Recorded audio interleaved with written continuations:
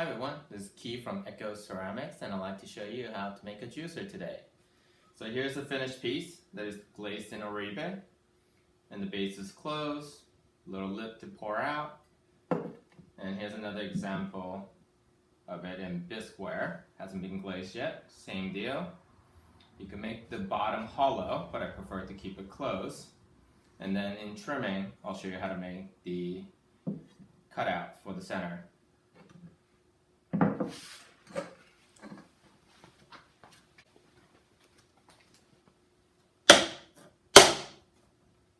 Alright, let's get right to it.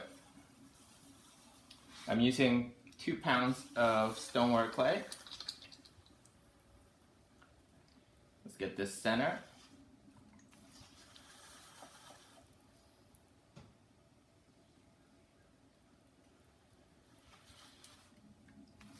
That's my third cone.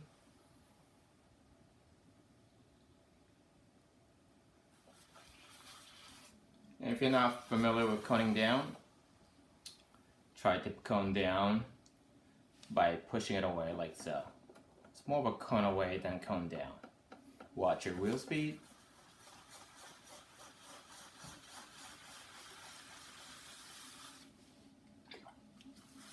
Go ahead and drill.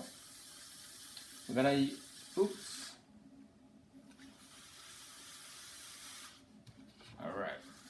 Go ahead and drill down your standard 1/4 inch drill down. I'm gonna open up just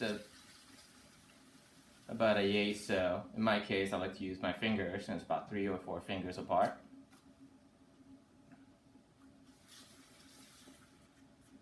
And compress the bottom.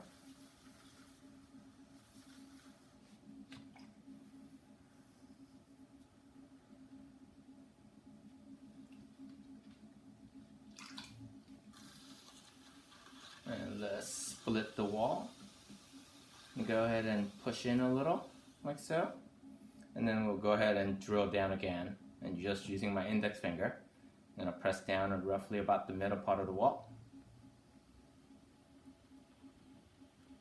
Like so. And then we want to go ahead and pull the interior wall.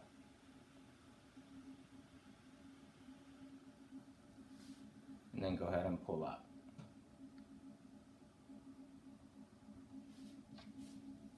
I'm going to wet the exterior but not the interior, since I'm just going to close this off. Pull up again. And the thing to remember is not to thin it too much, because I'm going to have to make a not dark, but deep grooves so that we could actually juice at the end.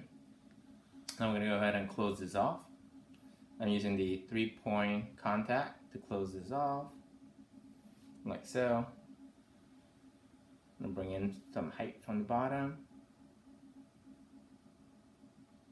using my sponge, and then just go ahead and close that off. When you get a tip like this, generally try not to break that off. Instead, try to invert that if you can to get that nice and thick.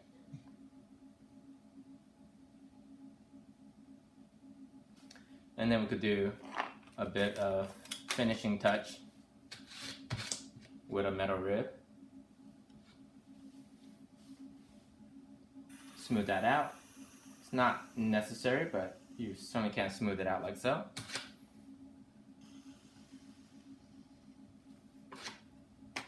And then we need some space to actually collect some juice. If we're juicing orange juice, you want to go ahead and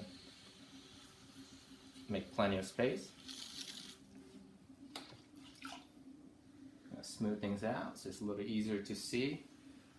And I also like to keep the rim fairly thick and wide, so I'm just going to go ahead and pull the wall ever so lightly. And one of the things that I often remind people is that if you're juicing an orange in here, you want to make sure your knuckles are not hitting the sides. You want to make sure you have plenty of volume so that you're not going like this with your fingertips. So this should hold more than 2 oranges worth at a time. And you can leave the rim soft. I often like to make it flatter. So I'm going to go ahead and make a flat rim. And I could angle that a little bit, like so.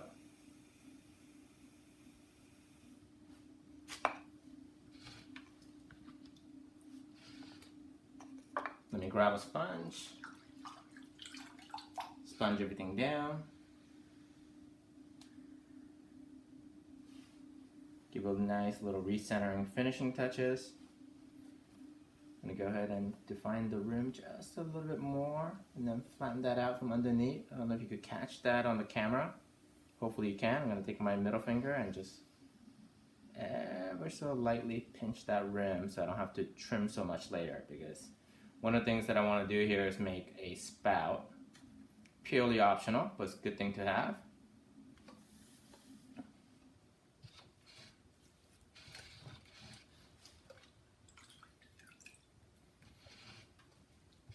And to make the spout, just grab your middle finger and your thumb, like so, Y, and then go ahead and use your index finger or your middle finger, either or, and then slowly droop it down. So you're just holding, drooping back and forth, like so.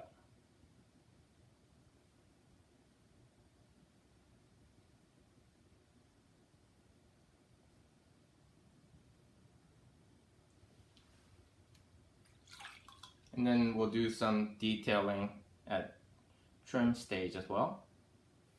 We'll make this spout much more pronounced. So you could lift it a little if you like, but I'm gonna go ahead and leave it like so.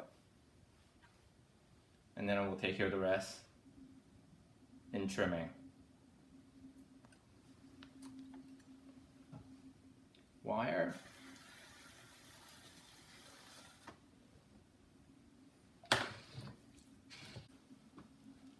Thanks for watching.